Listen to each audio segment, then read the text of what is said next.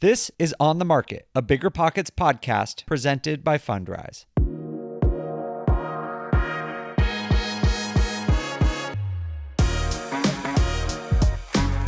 Hello, everyone. Welcome to On the Market. My name's Dave Meyer, joined today by Kathy Fettke. Kathy, how are you? I'm doing great. Happy to be here. Good. Well, we're going to do a new show format today where Kathy and I are just going to talk about a very important topic, which is rent growth. I don't know if any of you listened to this have heard or seen some of the headlines recently that rent growth is starting to stall out, and in certain segments, rent growth is actually starting to come down, or rents are coming to come down.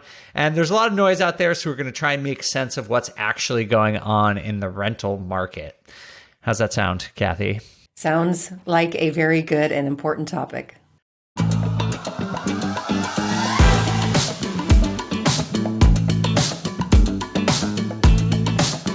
All right. Well, let's just start and recap what has been going on with rent over the last couple of years. How would you describe in some historical context what we've seen in terms of rent growth since the beginning of the pandemic? Completely manic is the best way I can describe it. A frenzy, a lot of it based on fear that people won't get anything if they don't get it now.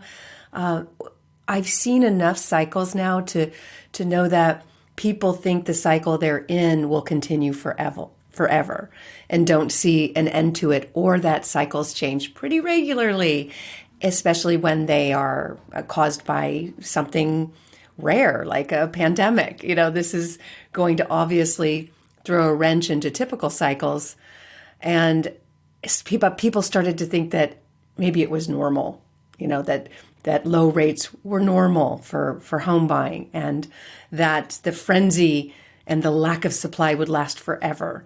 So people act out of fear a lot of times. And so there was a mixture of people acting out of fear that they would never have a place to live, and also people thinking that the good time, let the good times roll forever, that there would be government stimulus forever, low rates forever, and that they could just kind of live remotely and wherever they want and be in control of their employment. Tell their boss, hey, if you want me, I'm going to work wherever I want. I mean, it's just been a very manic couple of years. That's the best way I can describe it. And how do you think that translates to like rents going up in the way that we've seen them going up? Because the housing market, that's like one side of it. We're seeing a lot of people behave in emotional ways, but there's also this element where seemingly from like a renter's perspective, like there's no winning, right? You have to either go to a super expensive home, or you're facing super expensive rents. So have you ever seen anything, or like, how do you explain why rent has gone up so much? I have never seen rents go up the way they have over the last couple of years, but I haven't seen anything like the last couple of years before in my lifetime. With the last couple of years, I would say the kind of mania and the kind of loss of reality that people were experiencing was that they could live anywhere. So when you have people coming from a high-priced market moving into, say, a vacation area, I mean, maybe not a typical vacation area, but something that they thought, maybe I want to retire there someday, but I can do it now. I can do it now. I can move to this area, and it's cheap, right? So when you have enough people from high-priced markets going into more affordable markets, they can pay anything, and rents can go up, especially if that area hasn't expected that kind of wave, that movement of people. I mean, there were certainly markets that didn't experience double-digit rent growth, but the sexy markets really did. Oh, yeah. And that's because a lot of people were migrating to those areas, and it looked cheap to them, and they'd gladly pay 20% over what the market rate was because it's still cheap, right? It's still cheap to them. Totally. Yeah. Yeah, it's a great point. Like, people just got in this frenzy where it's like the desperation to get a place to live, which is terrible. I mean, like, that's just not a great place to be. But people were overbidding on rent.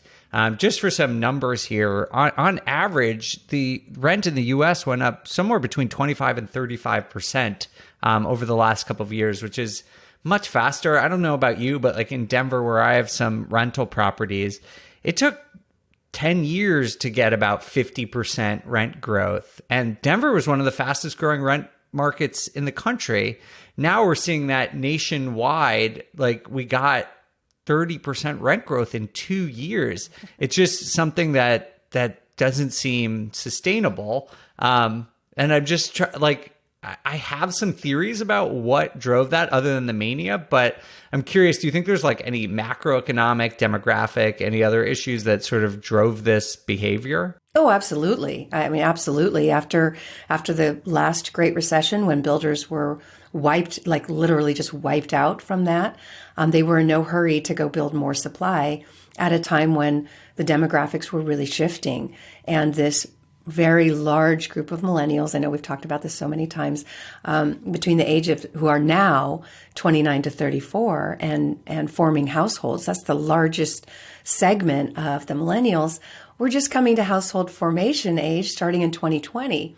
Right when kind of everything shut down, they were given a whole bunch of stimulus checks and didn't have to go to work. You know what I mean? So it was a blast. I mean, not for everybody, but for a lot of people, they got to go live in Colorado and ski, or they got to go to Florida and live by the beach and things that they normally wouldn't get to do, right? Sounds pretty nice. Right? Yeah, I think it's a good point. Like, I feel like household formation is one of the most underutilized metrics in economics, or at least specifically housing economics.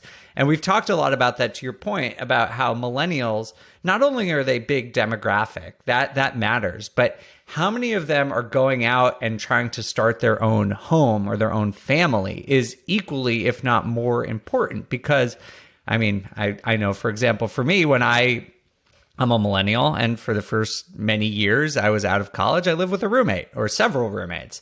And then at a certain point, when you reach the level of financial stability or capability or need because you start a family or something, you form a new household. And we've talked a lot about that in terms of how that's driving home prices. But that's a great point that it's also probably driving rent, because not only are people more households, they were flush with cash. And so they're like, I'm going to form a household and I'm going to do it with style. And I'm going to like go and pay for something that maybe they previously couldn't afford. Yeah, most people aren't really thinking long term. And so if they're suddenly given a big stimulus check and have some freedom, you know, they're going to go live their lives and try new things. And that's great. I think there was a record number of new businesses that were created over the last 2 years. There's a lot of good that came out of it and a lot of bad. And personally, the bad is something that none of us can really fight against because we have zero control over it. And that is the manipulation of the markets, you know, that we've talked about with the Federal Reserve, who is now, I think it's pretty common now. I think a lot of people didn't even know what the Federal Reserve was until now. I've been studying for years kind of the control that they have over the economy and over us. And I've based a lot of my investing decisions on what they might or might not do. So it basically, when they're going to stimulate the economy, you can pretty much count on the economy being stimulated and growing. When they decide to pull that back, you can pretty much count on things reversing. And that's all it is. That's all it is. When you boil it down, you go up to a bird's eye view and, you know, look down. All it really comes down to is the manipulation of the market from the Federal Reserve. And when we could follow that and follow whether they're pouring money into the economy or pulling it back out, you can either make a lot of money or you can prepare and get out before they pull the money back out. It's like really like a gamble. And I hate to say that, but in February, you know, when we're all scratching our heads going, or at least I was, like, why are they still stimulating the economy? Why are they still buying mortgage-backed securities to keep mortgages low at a time when the housing market did not need stimulation? There was already lots of reports on the massive price growth and rent growth. Why would they keep stimulating? Why would they keep printing money? You only do that in a downturn. And we were up and we were up high, like the economy was booming. So in March, when they made it real clear, oh, well, we got to stop this train that we that we put the gas on. We got to slow this train. And they made it real clear early on this year that there would be 7 rate hikes to slow it down. That means they're going to take that money off the table. And I've said this before and people don't like to hear it, but the way that happens is usually through stock market crashes, which is what we've seen. That's it. There's a lot of money that's been pulled out there, a lot less money that people can spend. And I'll tell you what, we didn't bring this up yet, but with young people being kind of super savvy now and I don't know about savvy is the right word, but able to invest in the stock market just on their phone and play it like it's a casino.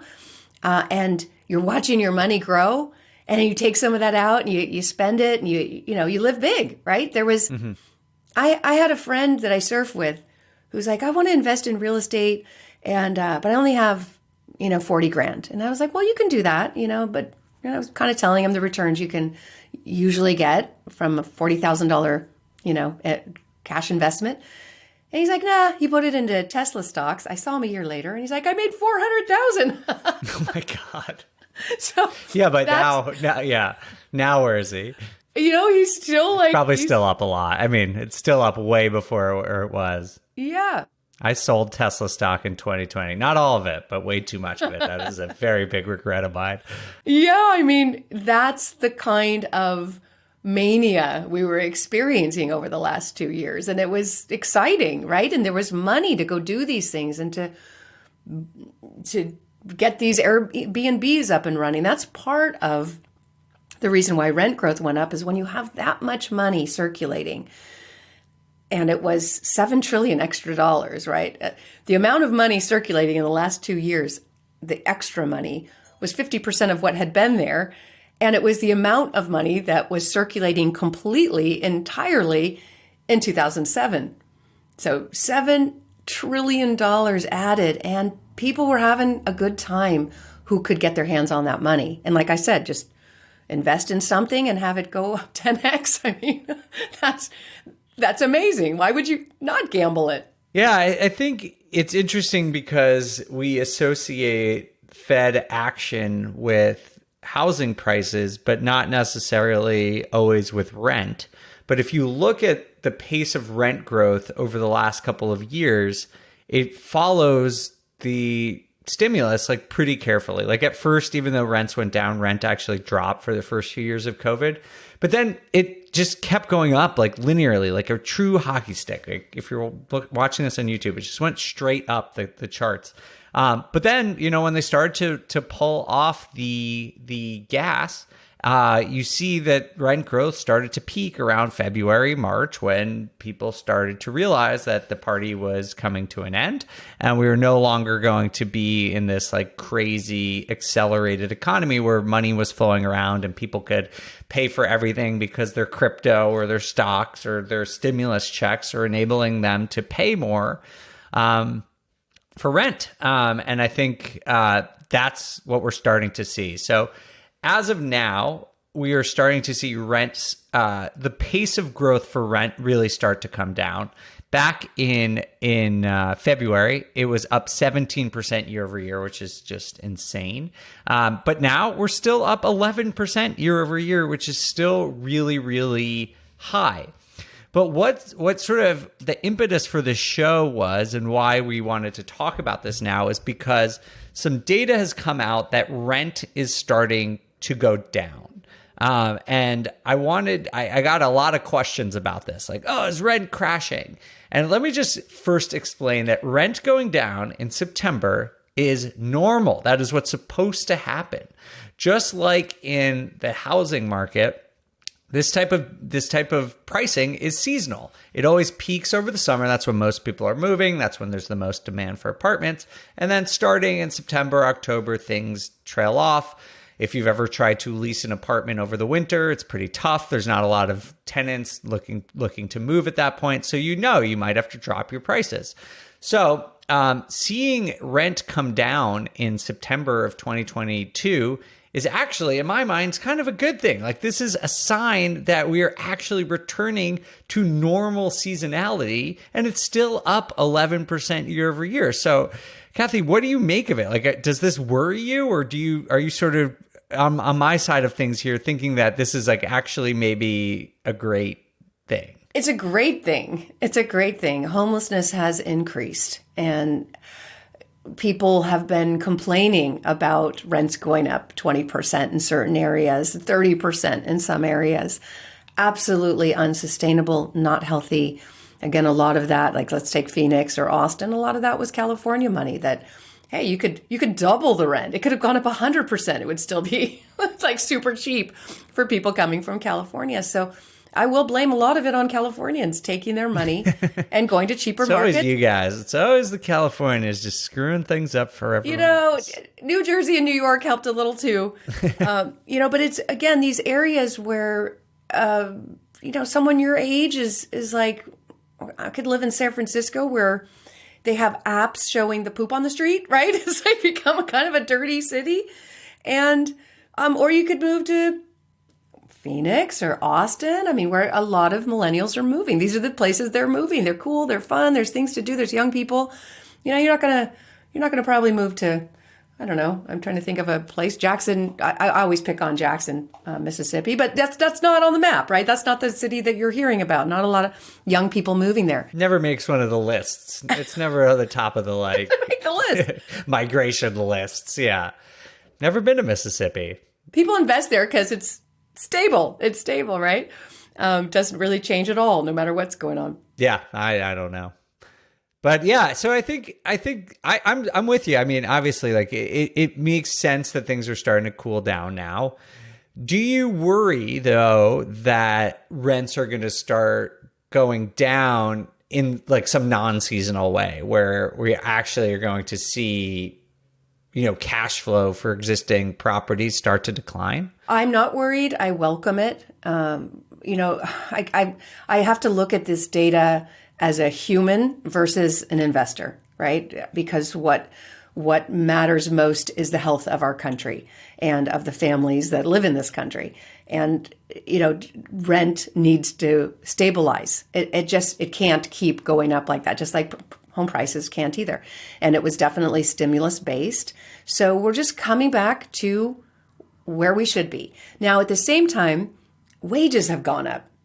Wages have gone up in I wouldn't say an equal rate, but based on the data that we're seeing, the wages went up enough that some of these higher rents are still affordable, even in the C class. I kind of was shocked to see that in the data.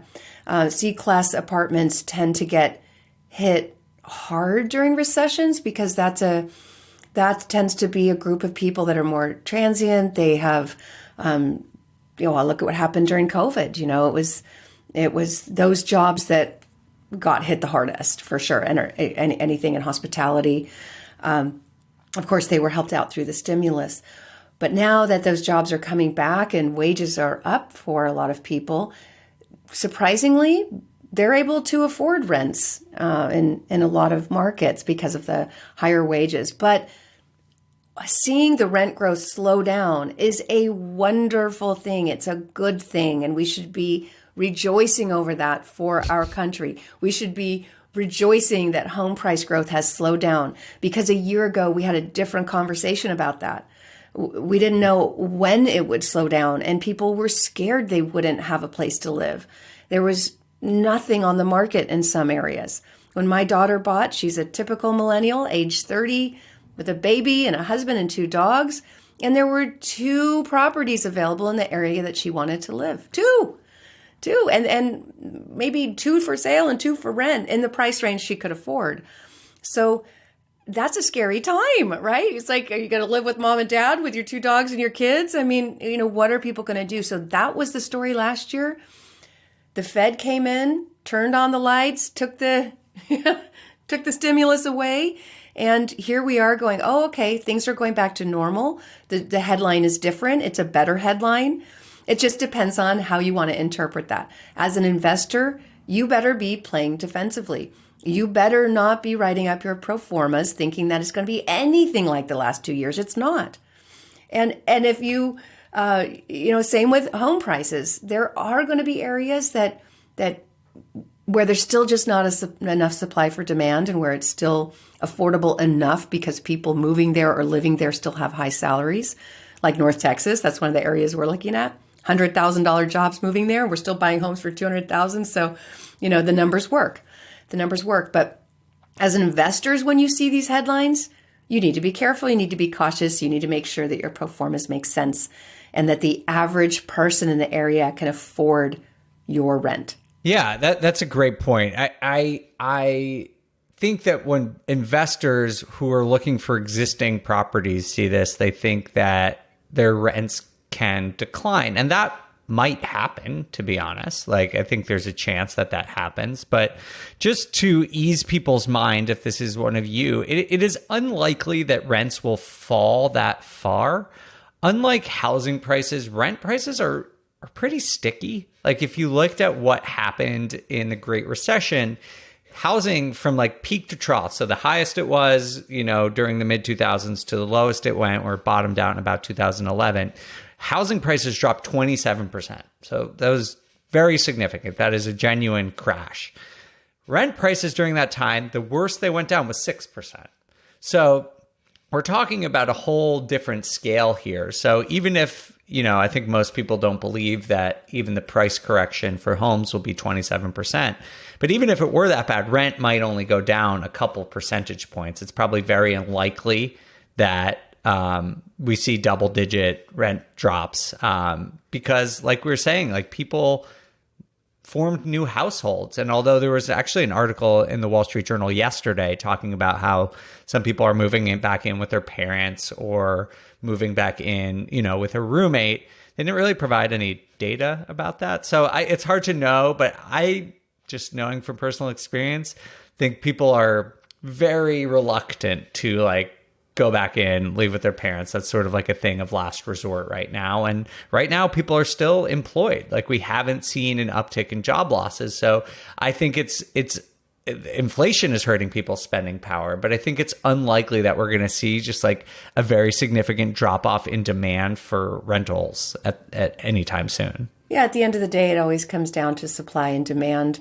even when the government is stimulating the economy, and even if mortgages were still at 2%, but we had a glut of inventory.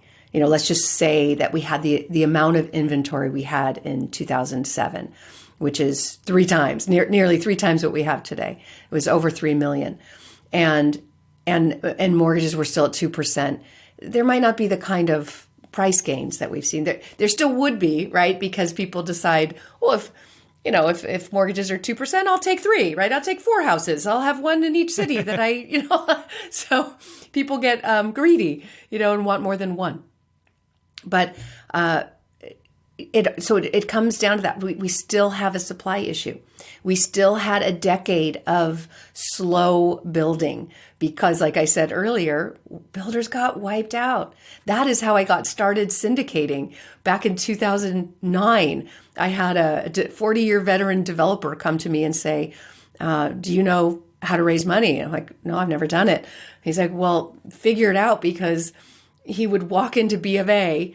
He would literally walk into the commercial division of B of A. I don't know if I can, I guess it's public news now, that he would walk down the aisles and it was boxes to the ceiling of foreclosed subdivisions and foreclosed land. And it was an unbelievable time. So we were able to buy up all the stuff that builders had lost during that downturn.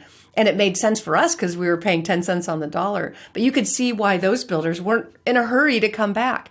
So building was so slow over the last decade while our population grew. And this group of millennials that have been given such a hard rap over the last 10 years, basically saying, oh, they're just sitting home on mom's couch smoking pot. Yeah, like, maybe. But now they're older.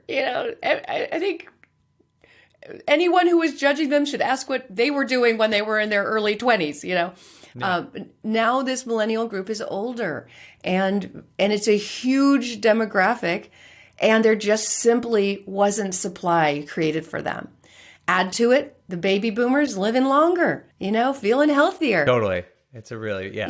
And there was all this media headline about boomers dying. And of course, there's a segment that are, but, and that they were going to leave their homes. There's going to be this glut of inventory from all these old people that die. And that just hasn't happened. They're living longer. There's a very famous real estate person I won't call out, but who has been predicting a crash for years based on this theory that boomers were going to all die off and leave just a huge glut of supply. And clearly that's not happening. Just hasn't happened. So with those kinds of headlines and that kind of lousy data that was being shared and that I guess builders were listening to, they're not going to take risks again. They were going to build spec.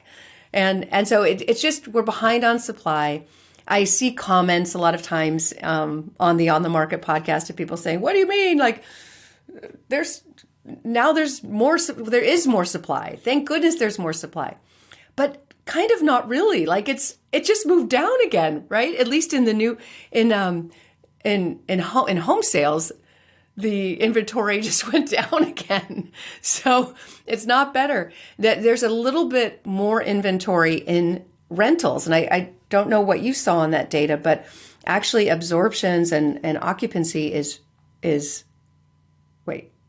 vacancy is rising in increases. So it's something to pay attention to. But home sales and homes on the market, that's declining again. Mm-hmm. It's incredible. So this is still an issue. Inventory is still an issue, not in every market and maybe not in your market, but overall, nationwide, it's a problem. Oh, absolutely. Yeah, just to speak, I do want to get back to the multifamily thing in a minute, but just if you didn't see the show a couple months ago with Caitlin Walter, who's from the National Multifamily Housing Council, their organization showed that by 2035, we need 4.3 million new apartment units just to keep up with demand. So yes, I think there might be some short-term things, which I do want to talk about in terms of more supply coming on at a time where we might be entering a recession, like that could create some short-term stuff. But long-term, demand for rent is going to be huge. I mean, to your point, we just don't have enough supply. The other thing about, you mentioned quickly that I want to talk about first, that bodes well for rents being sticky is that lack of vacancy, right? We've seen in the US that we are now at the point vacancy is the lowest it's been since 1982. So we're talking about 40 years since we've had vacancy as low as it is now. That's not just multifamily. That's across the whole economy. And so when you have vacancy that low, it's kind of hard for rents to fall that much. And yeah, we could see vacancy start to tick up. But at this point, there's not really a sign that we're going to start seeing this just lack of demand for rentals. Yeah, my hope is that it just stabilizes and balances out what it did over the last 2 years so that the next couple of years, it's just flat. And that's just kind of what we've been seeing in the last month, that is flattening. So I don't think there's any chance that rents will just collapse or that we'll have a ton of evictions.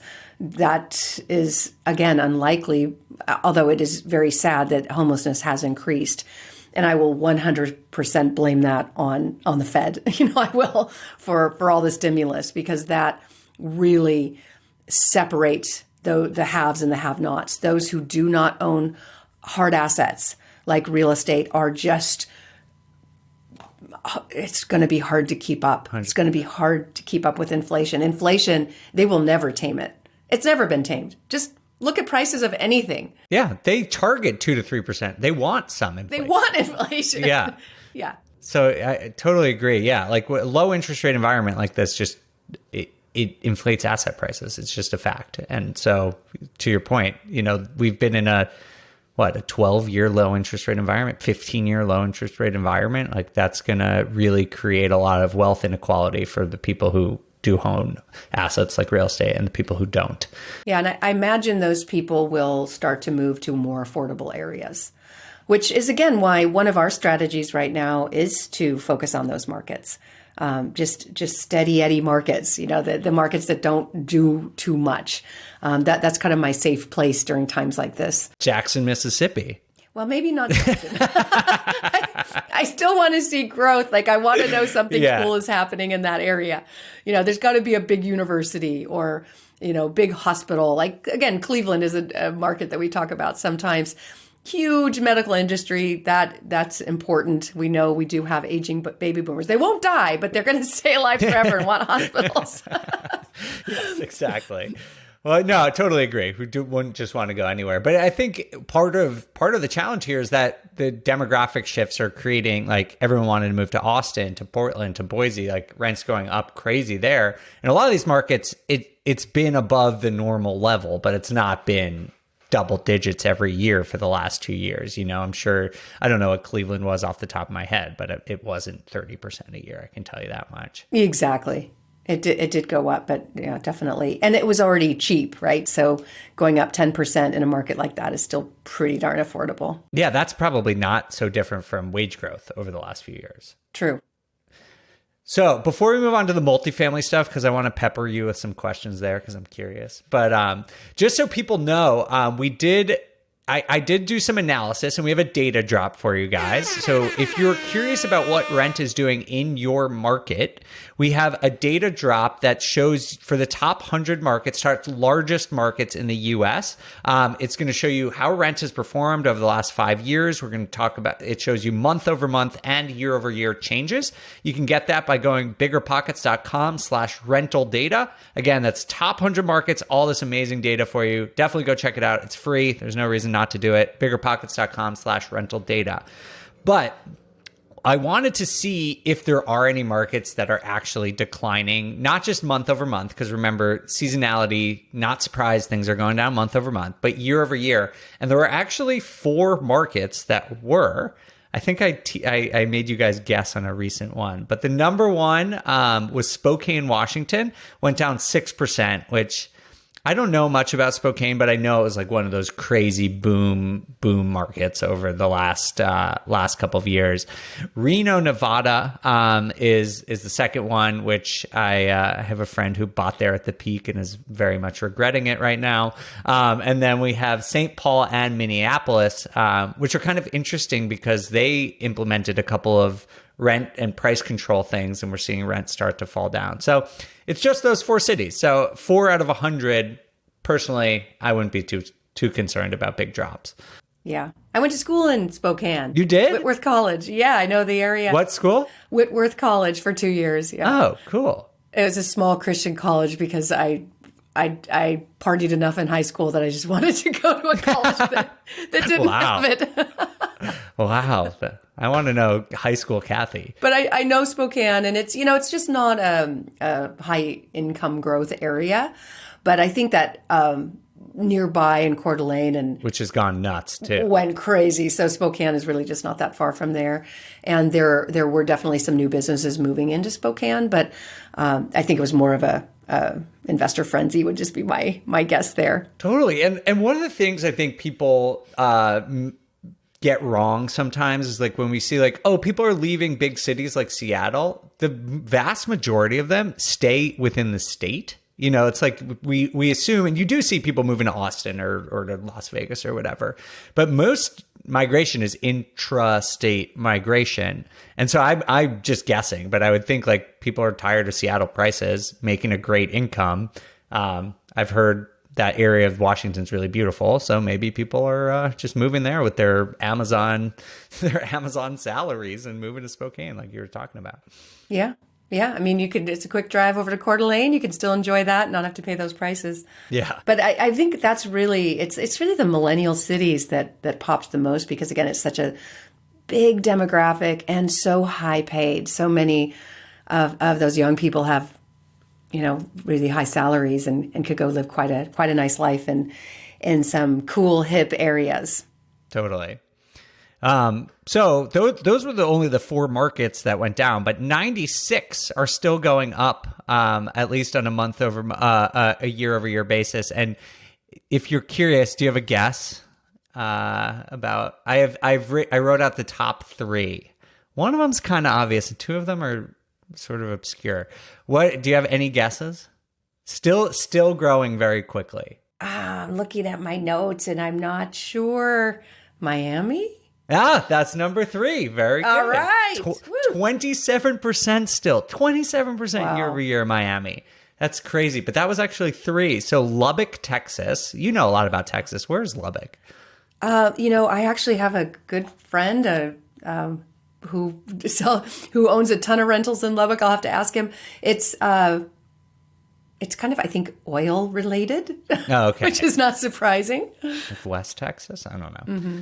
Not good at geography. But your friend is probably enjoying 31% year-over-year rent growth, which is absolutely wild. Yeah, I should have listened to him. The second is Jersey City, New Jersey, which I'm familiar with, not so far from where I grew up. But I think that's one of the big stories too, is like you see cities like New Jersey, like Jersey City, which is right across from Manhattan, going up a lot because it was one of the places where rent actually fell in the beginning of the pandemic. So it's recovering and then some, but it sort of distorts the data a little bit. But you do see at least the New York metropolitan area, rent has recovered and then some at this point. Yeah, I think in these areas where we did see so much rent growth, what's important to focus on is which businesses moved there versus which people moved there, because that's what's going to keep it sticky. And that's the thing about Miami. That's why I guessed Miami, is I know that many New York financial firms moved to Miami. And I'm surprised it took them so long, because it's like at Wall Street South. Exactly. Like, why would you not choose beaches over snow? I don't know. And no state income tax. So that to me is an area that, I don't see it dropping substantially because of that. You've got New York financial giants moving there and they still think it's dirt cheap. Totally. I moved out of New York because I always thought it was like a little bit of a scam. Like, I love New York. I love visiting there. But people put up with a lot there. Yeah. Because they're like, everything's happening here. And you have the small apartment that's super expensive because there is like a lot of culture. There's nightlife. There's great food. There's a lot. Yeah. But I think like some people moved during the pandemic. They're like, there's also stuff elsewhere. There's some good food here too. Yeah, there's a lot going on in Miami too. And you get a lot more for your money. Oh, that's so funny. I've been doing this for 20 years. I would bring kind of California snobs, no offense, y'all, but you know what I'm talking about. And I would take them to Birmingham or something and take them to an amazing restaurant where they couldn't read. They didn't know what was on the menu. They didn't know what it was. And they, I was like, if I blindfolded you, would you not know you were, would you think you were in California based on what we're seeing and the buildings? And they were like, we wouldn't know the difference. Yeah, exactly. There's great stuff everywhere. But they just don't know. They just don't know because they hadn't been. Yeah. And I think people got a chance to go travel a little bit. Yeah, it's great. So the last thing I want to talk about before we go is about multifamily rent. So you have experience with this, but what the data I've seen is a little bit contradictory, right? So we're looking at some of the similar data. So one thing that we've seen is that occupancy levels in multifamily have gone down. They're still really high. They're still like 95%, just for context. They usually hover between 93, 95, and we're still at 95%, but they had shot up to like 98% for a couple months now. So that suggests that there could be an increase in vacancy, and when vacancy goes up, rents tend to go down. But at the same time, we're also seeing that the number of lease renewals, people who are choosing to stay in place, has also gone up for multifamilies. So these are sort of contradictory data points. So we'd love to just get your read on the multifamily rent market. I just spoke at several conferences and got to hear and interview a lot of investors. In fact, I'm going to give those interviews to you guys and see if we put together a YouTube video on that. Yeah, just to hear what people are thinking and what they're doing in the multifamily space. So one of the big things I took away from the conference was that we've got to compare today's number to pre-COVID. So look at, in every city's different, right? Every city has different dynamics, different employers moving to the area, different employers leaving the area, right? And different dynamics because people are moving in and they have different political views and so forth. So there's been lots of change. But to try to guess what's going to happen when you're underwriting a deal, especially in multifamily, where the difference, if you get it wrong, could be millions and millions of dollars, right? We know that. Jamil shared that with us. You do not want to make a mistake in your underwriting with multifamily. So use numbers in that market to 2018, 2019. You'll get a better idea of what a typical vacancy rate would be in that area. And even better, take the decade, take the average of the decade from, starting with 2012, up to 2020, and that will give you a good idea of where we might land in that market. Now, if something really major changed, and that would be really in Florida and Texas, because the major things that have changed in those states is so many businesses moving to those states for what you just said, the tax benefits, but also they learned a lot during COVID. They learned that there are certain markets that are more job friendly than others. This is something I've been focused on for years. I'm sure you have too, because it matters if you're a landlord. You want to be in a landlord friendly area. It's easier, right? The laws are in your favor. And that's what a lot of businesses realized. I want to be in a state where the laws are in my favor and where I can keep my doors open. So that those two areas, I think you've got to take into consideration the amount of new jobs that have come to the area that are permanent, that are not leaving, factories that have been built and so forth, and headquarters where, it's probably not changing anytime soon. But other than that, I would look at the last 10 years in pre-COVID and just take the average, the vacancy rate, occupancy, absorption. Yeah. I think it's a great point. We don't talk about that much, but if you miss rent estimation by, let's say, $50 on a single family home, you're going to be fine. It's not that big a deal, right? If you miss rent, I was thinking about this the other day. If you miss rent by $50 on a 300 unit syndication, that's $600 per year per unit. That's $180,000 per year in revenue, which is a lot, but not crazy. But when you consider that the way that multifamily units are valued is by cap rate, if you then, sold that, or if you're selling at a 5% cap rate, that's $3.6 million in value that you're wrong by just estimating $50 off on your rent. So I think that's very wise advice, Kathy, that to be extra conservative right now, because there is sort of contradictory data. We don't know exactly which direction it's going to move nationally. If you study your market, hopefully you have a better idea of what's happening locally in your market. But I think it's true just of generally anything right now. I would personally underwrite anything single family with little to no rent growth for the next year or so. Absolutely. And I would assume that cap rates are going to increase, which generally means that the price is going down. Yeah, definitely. Yes. Which is great if you're buying, right? If you're buying, that's great. Right. I think James said in a recent episode when we were all chatting, he thinks there's going to be a lot of these opportunities coming on the market too, because people are going to be defaulting. So it does mean there could be opportunity there. Or just even if they're not defaulting, the values are down. If your expenses go up, and again, it's coming back to the nuances of multifamily and anything commercial, it all comes down to NOI. And so what is your net operating income? What are your expenses? And that determines basically the value of the property. And so if the goal is always decrease expenses, increase income, even by little tiny amounts, like you said, and that can increase the value by millions. But the reverse is true too. If it just goes down ever so slightly, if your expenses go up, your rents, your insurance, cost of money. Yeah, cost of debt. Exactly. That is going to affect the NOI. It's going to affect the price. So again, it could be a wonderful opportunity as a buyer and really tough if you're a seller. Yeah. Absolutely. Well, I think that's really, really good advice. Just generally speaking, just to sum up sort of what we've talked about today, Rents are starting to come down on a month-over-month basis. That is normal. This is seasonality. This is what we would expect in a normal year. In 2021, that didn't happen, and that's what's not normal. That's the concerning thing in my mind, is that it didn't follow the pattern that exists every other year. But on a year-over-year basis, rents are still up 11% year-over-year nationally. And out of the top 100 individual markets, only 4 of them have seen individual declines. Vacancy is still really low, but I think anyone who's following the market understands that there is downside risk right now, and that you should be careful. If you are underwriting any sorts of new deals, you should be very conservative in what rent estimations you're making.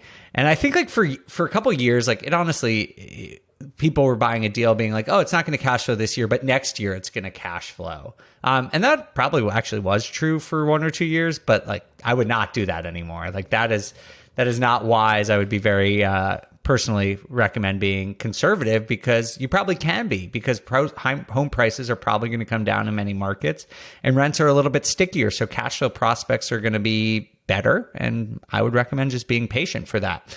Any other advice you have, Kathy, before we get out of here? Yeah, I mean, this is really going to be a good opportunity to get into multifamily. I would just be very cautious if you're investing in somebody else's syndication, or if you are embarking on it yourself, that you have somebody on your team that's been through a down market. Because most of the people that I meet at these conferences have only been doing it for a few years. Like me. Yeah, maybe the last 8 years, and haven't experienced a real recession. We may or may not have a tough recession ahead of us. We don't know. It could be awful. It could be barely a blip. We just don't know. It depends a lot on what the Fed is going to do, and we have zero control over that, like zero. They're just going to do what they're going to do. So just have someone on your team who's been through a down market and who knows how to navigate that and knows how to underwrite with that stress test in mind. That's great advice. And again, we don't know what's going to happen, but in no two recessions are alike, but history is your friend too. Like if you go and look at what happened in previous recessions, in previous job losses, the last time the Fed raised rates like this, you can learn a lot about what might happen and how you can protect yourself and be conservative, but still be opportunistic. I think like that's sort of the name of the game, right? It's like, don't get ahead of your skis. Like you want to be careful right now, but there will be opportunities if you're informed and know how to buy correctly in this market. It would be really cool. Here's just a little idea for Bigger Pockets, but it would be really cool to have some kind of mentorship program where you take these people who have been investing in multifamily for 30, 40 years and are maybe all set. They don't need to do anything else. They're raking in the dough from their acquisitions from years ago, but to come and just give some mentorship and advice to people getting into it. It would really help to bring in that wise counsel. Definitely. Well, we do have the boot camps. If you haven't, I don't know if you've seen any of those, but we have boot camps where people who are more experienced. I know we have a multifamily boot camp. Do you know Matt Faircloth? Yes, of course. Yeah. So Matt and Liz, and who host the Bigger Pockets Invest Her podcast, are both doing those boot camps, and they're super experienced. But yeah, I think that's great advice. We'll have to send those to the higher ups. Well, it's just one of the benefits of Bigger Pockets is there's just so much wisdom on the website of people willing to help you and kind of mentor you, sometimes just for free. But yeah, we love Matt. We love the Faircloths. They're the best. They're the nicest people. But yeah, I honestly, so many people, like, I don't do any mentorship or coaching, but people reach out to me on Instagram and they're like, hey, can you answer this question for me? Or will you mentor me? And I'm like, did you just ask this on the Bigger Pockets forums? Like, you can for free get dozens of super experienced investors can answer these questions for you and will. And honestly, it's better than having an individual mentor. You'll get a lot of opinions, which is really helpful. So if anyone's listening to this, I think like a lot of people who listen to Bigger Pockets podcast don't know we have a website, which is which we need to work on. But if you don't know, like go on the forums and ask questions. It's like an incredible resource for investors.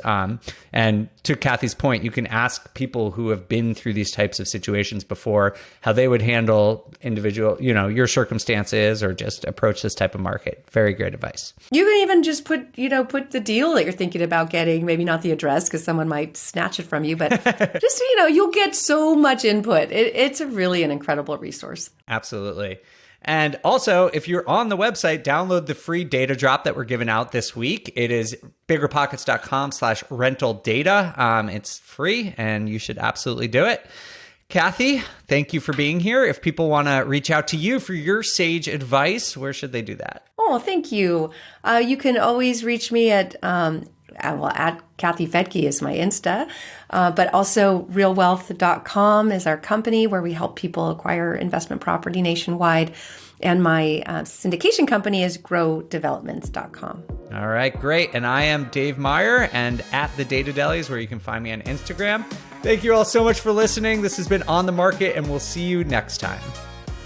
On the Market is created by me, Dave Meyer, and Kaylin Bennett. Produced by Kaylin Bennett. Editing by Joel Esparza and Onyx Media.